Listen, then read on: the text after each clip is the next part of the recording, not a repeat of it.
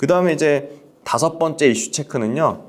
요거 재미난데요. 인터배터리 유럽 2023에서 우리 LG엔솔, 삼성 SDI는 LFP 배터리, 그 다음에 ESS 신제품을 엄청 자랑스럽게 공개를 했거든요. 먼저 LG엔솔 같은 경우는 LFP 배터리 팩을 적용한 주택용 ESS, ESS는 에너지 저장 장치입니다. ESS 신제품을 내놨고요. 그리고 이거는 아마 중국 난징 공장에서 제조해서 하반기 유럽으로 출시가 예정되고 있고요. 삼성 SDI는 삼성 배터리 박스, SBB라고 해가지고 ESS에 들어가는 배터리 셀, 모듈 이거를 박스 형태로 미리 담아둔 제품을 시제품을 냈고요. 그 다음에 LFP 배터리도 시제품을 냈습니다. 이렇게 LG엔솔이나 삼성 SDI는 인터배터리 유럽 2023에서 굉장히 적극적으로 LFP 배터리나 소위 말하는 ESS 신제품을 내놓은 반면에 중국의 CATL은 우리 국내 기자나 여러 가지 이 2차 전지 관련된 업계가 CATL 관련돼서 문의도 못하게 하고 굉장히 소위 말하는 아주 배타적으로 국내 관련된 기자 출입도 못하게 하고 심지어 이메일 보낸 거 회신 일주일이 지나도 회신 안 할 정도로 굉장히 CATL이 극도로 삼성 SDI나 LG엔솔이나 SK온이나 이런 국내 배터리 회사들을 경계하고 있다는 게 느껴졌고요. 그만큼 어떻게 보면 중국 CATL 배터리가 여유가 전혀 없는 상황이다. 그렇게 CATL이 강력하고 제품 개발한 거에 대해서 확신이 있고 캐파를 늘리고 그러면 이렇게 국내 업체들한테 그렇게 필요 이상으로 경계를 한다든지 심지어 기자들한테 이메일 답장도 안 하는 그런 필요 이상의 경계를 하진 않을 것 같아요. 그래서 CATL은 우리 삼성 SDI나 LG엔솔에 계속적으로 시장 점유율이나 유럽에서 여러 가지 강력한 경쟁자인 것처럼 외부에 너무 부풀려 놨지만 그거에 비해서 실상은 그렇게 위협적이지 않다. 계속 팩트 체크는 해드리겠습니다. 그리고 이건 조금 우려되는 요인인데 유럽에서 독일의 그 전기차 보조금 상한선을 기존에 6,000유로에서 올해 말에 4,000유로까지 낮추고 내년에는 보조금 상한선은 3,000유로까지 낮춰서 보조금이 줄면 전기차 판매량이 좀 줄어들지 않을까 그런 소위 말하는 리스크 요인은 있습니다.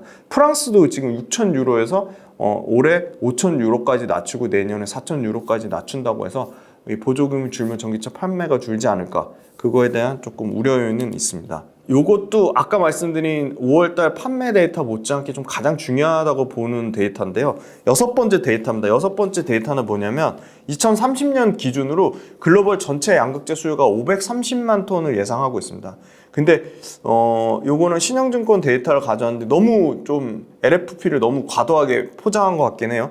LFP 침투율을 40%로 가정했습니다. 저는 40%까지는 안 되고 저는 한 최대 많아야 지금 30% 정도 예상하고 있습니다. 저는 개인적으로. 근데 3원계 배터리가 320만 톤, 여기서 얘기한 대로 LFP가 40% 점유율 차지하면 210만 톤이라서 3원계 하이니켈 양극재 320만 톤, LFP 210만 톤에서 530만 톤인데 여기서 중국을 제외하고 필요한 게 요 숫자는 꼭 기억을 해두셨으면 좋겠어요. 중국을 제외하고는 360만 톤이에요. 근데 360만 톤인데 중국을 제외한 지역에서 실제로 공급할 수 있는 거는 260만 톤 정도를 본대요. 그럼 100만 톤이 여전히 지금 상태로만 봐도 100만 톤이 추가 증설이 돼야 되는 거예요. 이 100만 톤 추가 증설에는 신규로 개발되는 망간리치, 그 다음에 미드니켈, 그 다음에 단결정 양극재 이런 신제품, 차세대의 신제품 양극재는 하나도 포함이 안 된 거예요. 기존에 순수하게 하이니켈 양극재만 지금 100만 톤에 글로벌로 100만 톤이 좀 부족한 상황이고 그걸 추가적으로 증설을 해야 되고요. 우리가 제일 궁금해하는 건 북미 시장이잖아요. 우리가 북미에서 압도적으로 1등을 하고 있으니까 2030년 기준으로 그럼 북미에서 필요한 양극재 수요는 몇 톤이냐? 167만 톤에서 170만 톤을 예상을 하거든요. 근데 지금 국내 업체들이 예상 에코프로비엠, LNF, 포스코 퓨처엠, LG와 코스모 신소재까지 양극재 5대 천왕이 미국에 가서 디자인하겠다고 한 디자인 캐파 예상 설계 해놓은 거는 120만 톤이에요. 아까 170만 톤이라고 했죠. 그러면 미국에서도 현재 아직도 50만 톤이 부족한 상황이에요. 근데 이게 120만 톤이 예상대로 가서 100% 다 되는 게 아니죠. 또 실질 디자인의 변경이라든지 뭐 여러 가지 요인에 의해서 뭐 보조금이 축소된다든지 해서 여러 가지 요인에 의해서 캐파가 만약에 120만 톤보다 미달될 경우에는 굉장히 수요 공급이 더 타이트해질 수 있다. 그래서 글로벌 양극재 수요가 뭐 골드만삭스에서 무슨 10년 안에 양극재 공급 초과 공급 나온다 이런 말도 안 되는 얘기하는데 요 데이터가 말해주듯이 2030년 기준으로 최소한 중국을 제외한 지역에서도 100만 톤 넘게 소위 말하는 추가 증설이 필요할 거로 보이고 있고요. 우리가 중요하게 생각하는 미국 시장만 봐도 필요한 거 수요보다 공급이 50만 톤 가까이 더 부족할 거로 그렇게 예상을 하고 있습니다. 그래서 양극재 업체들의 추가 증설은 글로벌로든 북미로든 여전히 필요한 상황이라고 보고 있고요. 요것도 신영증권에서 가져왔는데 2025년 공급과 수요 밸런스 보면 전부 마이너스예요. 그러니까 부족하다는 거예요. 공급이 부족하다는 거거든요. 그래서 보면은 에코프로비움, LNF, 포스코 퓨처엠, LG와 코스모 신소재 합산 69만 톤인가요? 네. 근데 그 중에 실질적으로 공급되는 거는 48만 톤이니까 28만 톤 정도가 부족한 거고요. 2027년 기준으로도 디자인 캐파가 106만 톤으로 돼 있는데 실질적으로 공급되는 거는 75만 톤 정도니까 여전히 40만 톤 넘게 부족할 거로 보고 있고요. 2030년으로 가면 81만 톤 정도가 부족할 거라고 그렇게 예상이 되고 있어요. 그러니까 계속 2차 전지 양극재 업체들의 계속 소위 말하는 초과 공급 우려는 잘못된 거고 오히려 수요 대비 부족한 공급을 계속 추가적으로 증설해야 되는 그런 모멘텀을 갖고 있다. 7번째 이슈는요. LFP 외에도 중저가 라이너 LFP가 모든 중저가를 다 대체하는 게 절대 아니다. 그래서 만간계 양극재를 대부분의 그 에코프로비움, LNF, 포스코 퓨처엠, LG학 다 공통적으로 2025년 이후에 양산을 목표로 하고 있고요. 양극재 3사도 모두 지금 LFP 양극재 포트폴리오 추가 계획에 대한 발표가 있습니다. 그래서 에코프로비움은 아마 제일 빨리 아마 2024년 말 정도 예상을 하고 있고 LNF도 2025년에는 LFP 양극재를 양산할 것으로 계획이 잡혀 있습니다. 지금 주요 업체들 요 표를 보시면 먼저 LG에너지솔루션은 2026년 양산을 목표로 애리조나의 7조 2천억 중에 ESS가 3.2조거든요. 그래서 아마 중국의 남경 공장을 LFP로 라인 전환해서 아마 유럽에 납품할 거로 보고 있고요. SK온도 LFP 배터리 시제품 공개를 했고요. 삼성 SDI도 LFP 양극재를 적용해서 2025년 이후에 양산을 목표로 하고 있다. 에코프로 BM은 올해 연말에 LFP 양극재 가장 빠르게 LFP 양극재 시제품 공개할 거로 보고 있고요. LG화학도 미드니켈이나 망간리치 도 하면서 LFP 양극재까지 지금 검토하고 있다. 그 다음에 LNF는 아마 2025년도에 LFP 양극재 관련돼서 5만 톤에서 10만 톤까지 캐파를 확대할 것으로 계획을 하고 있습니다. 네. 그 다음에 아까 말씀드린 전구체 관련돼서 전구체가 뭐죠? 양극재를 만드는 가장 핵심 소재잖아요. 그래서 이 전구체에 관련돼서 계속 기업별로 합종 연행이 끊임없이 나오고 있는데 LNF가 LS M&M이랑 전구체 8만 톤 아까 말씀드렸고 그거 외에도 LG화학이랑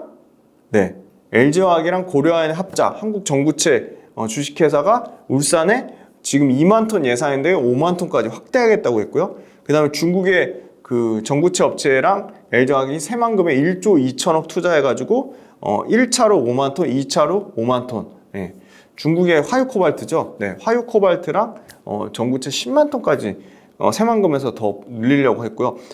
화유코발트는 지금 포스코 포항이랑도 1조 2천억 들어서 5만 톤, 전구체 지금 5만 톤, 또 그 다음에 CNGR이라고 해서 중국의 거린메이죠. 중국의 거린메이랑 포스코랑 또 포항에서 전구체 10만 톤, 황산니켈 2027년까지 25만 톤. 이게 지금 전구체 관련된 협력이 엄청나게 늘어나고 있다. 에코프로도 새만금에 SK온이랑 GM이랑 전구체 5만 톤 늘리겠다고 했고 그 다음에 에코프로가 인도네시아에서 직접 전구체 원재료를 내년 2분기에 사서 쓰는 전구체 그 원재료를 직접 인도네시아에서 공급하는 그런 것까지 전구체 관련된 협력이 엄청나게 증가하고 있고 아까 말씀드린 대로 2027년 기준으로 아마 포스코가 가장 내재화율이 가장 클 거라고 보고 있고 LNF는 한 15%, 포스코를 제외한 에코프로하고 LG화학은 30에서 40% 정도 내재화할 것으로 보고 있습니다. 그래서 전구체 관련된 협력 관련돼서는 아마 에코프로랑 포스코, LG화학 모두 좀 긍정적인 이슈를 전구체 내재화하면 할수록 그 회사들의 원가 경쟁력과 밸류체인 수직 계열화를 통해서 마진도 좋아지고 당연히 좋아질 수밖에 없다. 그리고 이제 이건 엊그제 나온 이슈인데요. LG에너지솔루션이 처음으로 이제 5천억 회사채 발행했는데 그거의 9배가 넘는 4조 7천억의 기관들이 응찰을 했습니다. 그만큼 2차전지에 대한 관심 죽지 않았고 여전히 엄청나게 뜨겁고 2차전지에 대한 투자는 앞으로 계속 늘어날 수밖에 없다. LG에너지솔루션 잘 되면 그 이후에 에코프로가 1,000억 정도 회사채 발행하는데 그것도 굉장히 성공적으로 나올 것으로 예상하고 있습니다. 그리고 LG엔솔이랑 두산에너빌리티랑 폐배터리 사업 협력을 맺을 것으로 예상하고 있는데 폐배터리 사업도 앞으로 엄청나게 커질 건데 아직은 조금 먼 미래이긴 합니다. 지금 만들어진 전기차가 더 많이 쏟아져 나와서 거기서 폐배터리가 나와야지 폐배터리 사업을 할 수 있기 때문에 폐배터리 관련돼서는 계속 이슈가 될 건데 LG에너지솔루션하고 두산에너빌리티가 한 거는 두산에너빌리티가 작년에 폐배터리 재활용해서 탄산리튬을 추출하는 자체 기술을 개발했기 때문에 이 부분 관련돼서도 굉장히 LG엔솔, 두산에너빌리티 모두 긍정적인 뉴스라고 보고 있어요.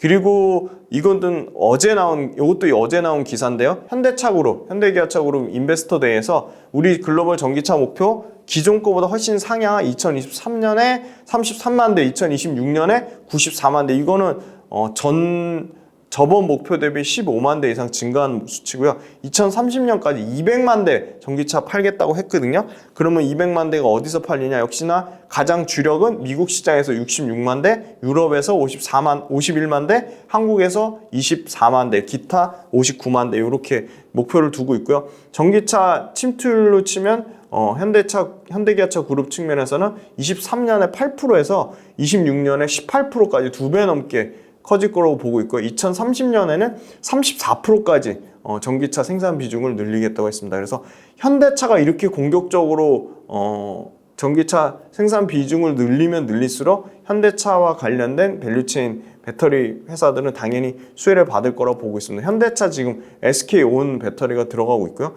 현대차도 당연히 LG엔솔이나 삼성 SDI 쪽으로 추가 수주를 낼 가능성이 매우 높다고 보고 있습니다. 그리고 요거는 아까 그 고션 이슈 관련돼 가지고 추가적으로 좀 말씀드리면 최근에 이거 오늘 블룸버그 통신에 따르면 이 미국 하원 미중 전략 경쟁 특위 소송 의원 4명이 이 미시간주에 있는 포드랑 GM CEO를 만나가지고 소위 말한 이 CATL 합작 투자, 그 다음에 아까 말씀드린 고션 배터리 합작 투자 관련돼서 중국 의존도의 우려를 제기하고 이 부분이 중국 신장 지역의 위구르 쪽의 강제 노동으로 만든 부품 조달 안 된다, 불가능하다고 하면 당연히 이 CATL 합작 투자 등 고션 관련된 부분도 확정돼서 승인 결정 나기는 좀 어렵다, 쉽지 않을 거다. 계속 이런 미국에 있는 소위 말한 하원 의원들이 이렇게 계속 태클을 걸고 있기 때문에 이 부분도 정치적으로 완전 해결된 이슈가 아니기 때문에 소위 말하는 포드 관련된 부분,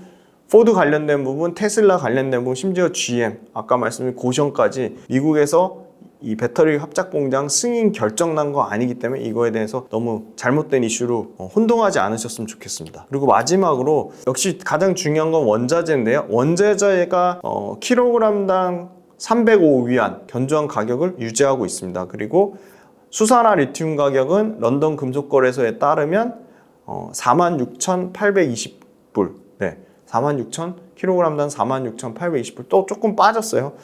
보니까 0.3% 정도 빠졌는데 46,000불에서 47,000불 사이로 왔다 갔다 하는 것 같습니다. 그래서 수산화 리튬 가격이 그렇게 큰 폭으로 빠지지는 않고 있고, 아까 말씀드린 탄산 리튬 가격이랑 그 양극재 수출 가격에 반영되는 거는 4개월의 시차가 있기 때문에 양극재 업체들은 올해 하반기에는 훨씬 판가도 잘 받고 수출량도 늘어나서 좋아질 거라고 보고 있고요. 그 다음에 아까 말씀드린 전구체 관련된 합작 기업들이 계속 늘어나니까 전구체에 대한 관심은 높아질 거고, 전구체의 진심인 회사는 역시나 포스코 퓨처엠이랑 에코프로다. 전구체 내재활은 포스코가 에코프로보다 더 높다. 포스코 퓨처엠이 전구체 관련돼서도 계속 원탑으로 계속 주목을 받을 수밖에 없다. 그리고 제가 전구체 관련돼서 보는 회사는 에코앤드림이라는 회사에 옛날에 이앤드디가 사명이 바뀌었는데 에코앤드림도 전구체 사업을 합니다. 그래서 이 회사는 제가 기업분석 훈련소에서 나중에 한번 자세히 다룰 거니까 그 에코앤드림도 한번 기사 검색을 해서 한번 찾아보시고요. 주간 이슈 체크 핵심은 5월달 전기차 판매 나쁘지 않았다. 미국하고 유럽에서 잘 늘어났다. 그게 가장 핵심 첫 번째고요. 두 번째, 양극재 판가랑 수출량이 다소 줄었지만 우려할 만한 수준은 아니다. 판가는 약 6% 정도 빠졌고 수출량은 12% 정도 빠졌는데 판가랑 수출량은 9월 달부터는 좀 회복이 될 거다. 그래서 계속 2분기까지는 안 좋은 건데 2분기까지 안 좋은 게 양극재 업체들의 펀더멘털을 위협할 정도는 아니다. 그게 두 번째 이슈고요. 첫 번째 전기차 판매 말씀드렸고 세 번째는 이 전구체 관련해서 합종 연행이 굉장히 활발하게 일어나고 있고 역시나 전구체도 에코프로, 포스코, LG화학이 진심인데 그중에 가장 내재화율을 높일 걸로 예상되는 거는 역시나 포스코 퓨처엠이고 전구체 내재화율을 한 70%까지 늘릴 거라고 보고 있기 때문에 포스코, 에코프로, LG화학 다 전구체의 진심인데 이런 회사들은 계속 관심을 가져야 된다. 그리고 네 번째 이슈는 글로벌 2030년 기준으로 양극재 전체 수요는 530만 톤, 이 중에 중국을 제외한 우리가 생각하는 유럽과 북미, 아시아 시장은 360만 톤인데 얼마 모자라다고 했죠? 지금 디자인 캐파 예상 공급량은 260만 톤이니까 100만 톤 정도 추가 증설이 필요할 거로 보이고 있어요. 그러니까 지금 디자인 캐파대로 100%다 해도 여전히 100만 톤의 추가 증설이 필요하다. 그래서 골드만삭스의 소위 말하는 공급 과잉이다. 말도 안 되는 헛소리다. 예, 그리고 두 번째, 우리가 주력을 하는 2030년 북미 기준으로 요것도 양극재는 최소한 170만 톤 이상 필요한데 북미에 공급되는 우리 국내 기업들의 예상 캐파는 디자인 캐파 이것도 100% 완벽하게 다 돼도 120만 톤이니까 북미에서도 얼마가 부족하죠? 50만 톤이 부족하다. 그래서 북미에서도 여전히 수요와 공급, 양극재 수요 공급은 타이트할 거로 보고 있습니다. 이렇게 해서 주간 이슈 체크 중에 좀 중요한 거 핵심 정리해드렸습니다. 네, 장시간 동안 이슈 체크, 주간 이슈 체크 들으시느라 고생 많으셨습니다. 감사합니다.